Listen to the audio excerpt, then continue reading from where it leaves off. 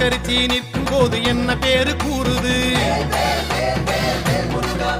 மனமே படை வீடு நீ தேடி வா என செய்தி அது கூறி சுத்தி வருகுது, சுத்தி வருகுது. முத்து வேலை சுத்தி சுத்தி முக்தி அடையுது.